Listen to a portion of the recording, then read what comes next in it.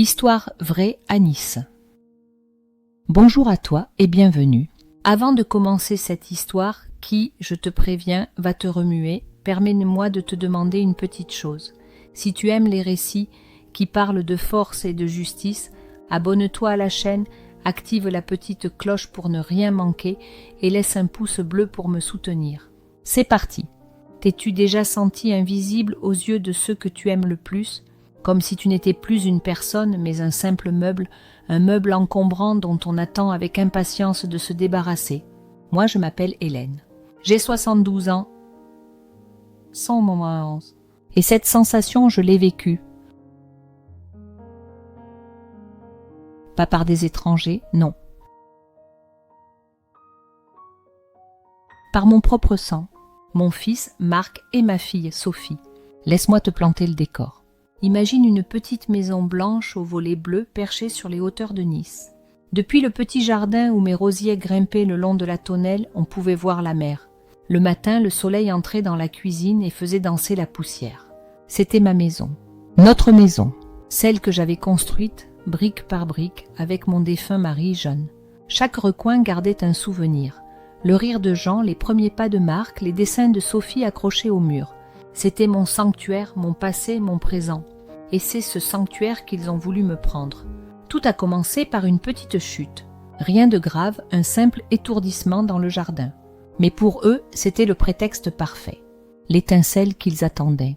Ils sont arrivés le dimanche suivant, avec des visages de circonstance débordant d'une sollicitude qui sonnait aussi faux qu'une pièce de 3 €. « Maman, on s'inquiète tellement pour toi », a commencé Sophie en me prenant la main, ses doigts froids comme la glace. « Tu ne peux plus rester seule ici, c'est trop dangereux », a enchaîné Marc, le regard fuyant, balayant déjà du regard les murs comme s'il calculait la surface habitable. Ils m'ont parlé d'un endroit merveilleux. Une résidence pour seniors, disait-il. Un lieu plein de vie, avec des activités, des infirmières aux petits soins, un parc magnifique. Tu seras comme dans un hôtel, maman, tu le mérites bien. Je sentais le piège se refermer. Dans leurs yeux, je ne voyais pas de l'inquiétude pour ma santé, mais la lueur avide de l'héritage. Ils voyaient déjà les panneaux à vendre plantés devant mes rosiers. Mais j'étais fatiguée, veuve depuis 5 ans, et ce jour-là, la solitude me pesait plus que d'habitude. J'ai hoché la tête, un faible murmure en guise d'acceptation. Le jour de la visite est arrivé. Ce n'était pas un hôtel, loin de là. La résidence Les Mimosas, malgré son nom ensoleillé, était un endroit gris et triste. Une odeur tenace d'eau, de javel et de soupe froide flottait dans les couloirs. Les visages que je croisais étaient éteints, résignés. Le parc magnifique était un carré de pelouse jaunie avec 3 bancs en béton. Mon cœur s'est serré. J'ai regardé Sophie, les larmes aux yeux. « Mais ce n'est pas ce que vous m'aviez dit. » Elle a soupiré, agacée. « Maman, ne commence pas à être difficile. C'est le meilleur qu'on ait pu trouver. Et puis, c'est temporaire, juste le temps de vendre la maison. Après, on verra. » Le mot était lâché. Vendre la maison. C'était donc ça, le véritable plan. Ils m'ont poussé dans le bureau de la directrice, une femme au sourire aussi chaleureux qu'une porte de prison. Des papiers ont été posés devant moi. « C'est juste une formalité, maman, pour l'admission. » Après Marc, le stylo déjà dans ma main. Mes doigts tremblaient. J'ai signé. En signant, j'ai cru signer mon arrêt de mort. Je les ai regardés une dernière fois, espérant voir une once de remords, un éclair de l'amour qu'ils me portaient enfant. Rien. Juste de l'impatience. Ils m'ont installé dans une petite chambre qui sentait le renfermer, avec une vue sur un mur de briques. Ils ne sont pas restés plus de 5 minutes. Un baiser froid sur mon front. « On t'appellera, maman, repose-toi bien. » Et la porte s'est refermée. Le son le plus définitif, le plus assourdissant que j'ai jamais entendu. J'étais seule, abandonnée. J'ai pleuré en silence, le visage enfoui dans un oreiller qui ne portait pas mon odeur. Ils avaient assez gagné, c'est du moins ce qu'ils croyaient. Je vais m'arrêter un instant. Dis-moi dans les commentaires ce que tu aurais fait à ma place. Aurais-tu crié? Aurais-tu lutté? Ou aurais-tu, comme moi, laissé le silence s'installer avant de préparer ta réponse? Ta réaction m'intéresse beaucoup. Continuons. Les premiers jours aux Mimosas furent un supplice. Le silence de ma maison me manquait. Le goût du café que je me préparais le matin me manquait. La vue de la mer me manquait. Mes enfants ne m'appelaient pas.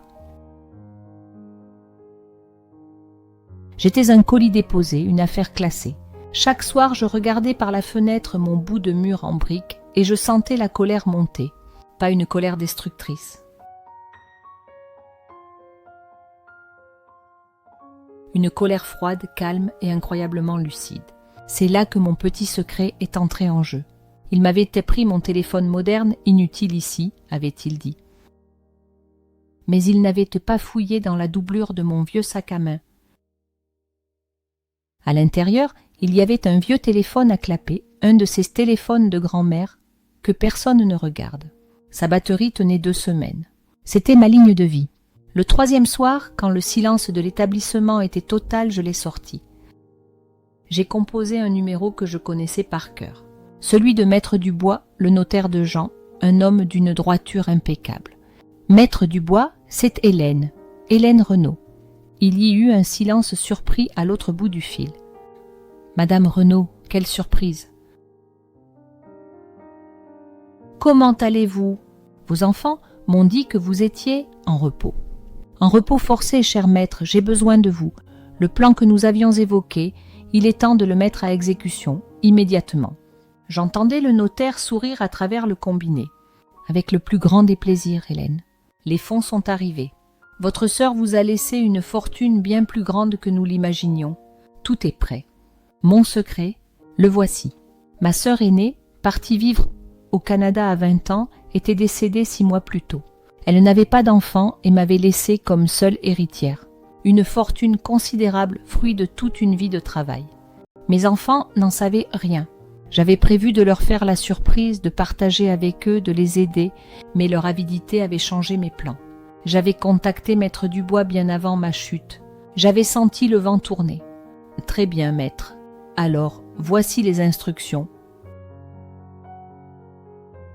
Et pendant une demi-heure, dans le murmure de ma chambre lugubre, j'ai dicté mes dernières volontés. Ma renaissance. Une semaine plus tard, je suis certaine que Marc et Sophie célébraient déjà. Ils avaient mis la maison en vente à un prix bradé pour s'en débarrasser vite. Ils s'imaginaient déjà au volant de leur nouvelle voiture, en vacances sous les tropiques. C'est à ce moment-là que la lettre est arrivée. Une lettre recommandée avec accusé de réception, adressée à Monsieur Marc et Madame Sophie Renaud. Ils ont dû penser que c'était une offre d'achat. Ils ont dû l'ouvrir avec des sourires avides. J'aurais payé cher pour voir leur visage à ce moment-là. La lettre n'était pas d'un acheteur. Elle venait de l'étude de Maître Dubois. Je l'imagine lue à voix haute par Marc, sa voix devenant de plus en plus blanche. Par la présente, nous vous informons des dispositions prises par notre cliente, Madame Hélène Renaud. Primo, nous vous informons que Madame Hélène Renaud a quitté ce jour la résidence Les Mimosas de son plein gré et en parfaite santé physique et mentale. Secondo, nous vous informons que Madame Hélène Renaud est l'unique bénéficiaire de la succession de sa défunte sœur, Madame Jeanne Lemoine, domiciliée à Montréal, pour un montant s'élevant à plusieurs millions d'euros. Les fonds ont été sécurisés sur un compte personnel dont elle est la seule titulaire. Tertio, en ce qui concerne la propriété sise sur les hauteurs de Nice, bien personnel de Madame Renaud, nous vous informons qu'elle a fait l'objet d'une donation irrévocable et a effet immédiat à l'association Un Toit pour l'Enfance, qui vient en aide aux enfants malades. La prise de possession par l'association est effective dès réception de cette lettre. Tout agent immobilier mandaté par vous a été notifié et son mandat est désormais caduc. Carto. En conséquence des points précédents et de vos agissements récents, Madame Renaud a pris la décision de vous retirer de son testament. Vous êtes, par cet acte, officiellement déshérité. Et puis, il y avait la dernière partie. Une note personnelle que j'avais écrite moi-même et que le notaire avait jointe. Mes chers enfants, vous vouliez ma maison. Vous pouvez garder les murs, ou plutôt les souvenirs qu'ils abritent, car c'est tout ce qu'il vous reste. Vous vouliez vous débarrasser de la vieille. C'est ces choses faites. Je commence une nouvelle vie, une vie où je serai respectée. Ne cherchez pas à me contacter. Pour vous, je suis partie en repos. Un très très long repos. Adieu.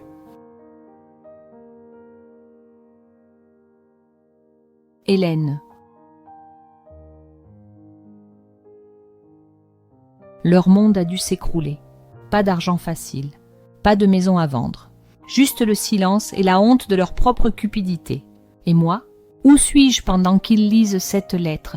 Je ne suis pas dans un palace 5 étoiles. C'est trop impersonnel. Je suis sur la terrasse d'une suite à l'hôtel Royal de San Remo, juste de l'autre côté de la frontière. Le soleil se couche sur la Méditerranée, la même mer que je voyais depuis ma maison. Mais aujourd'hui, elle n'a plus le même goût. Elle a le goût de la liberté, de la justice, de la renaissance. Je lève ma coupe de champagne, pas à ma vengeance, non.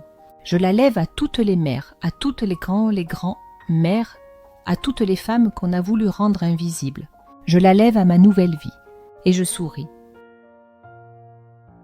Voilà, mon histoire est terminée. C'est la preuve que même dans les moments les plus sombres, il y a toujours une lumière, une force en nous qu'on ignore. Il ne faut jamais, jamais sous-estimer le cœur et l'intelligence d'une femme. Si cette histoire t'a touché, si elle t'a inspiré, alors je t'invite à nouveau à t'abonner à la chaîne pour ne pas manquer les prochains récits. Laisse un pouce bleu si mon histoire t'a plu et n'oublie pas la petite cloche. Merci de m'avoir écouté. Prends soin de toi et souviens-toi toujours de ta valeur. À très bientôt.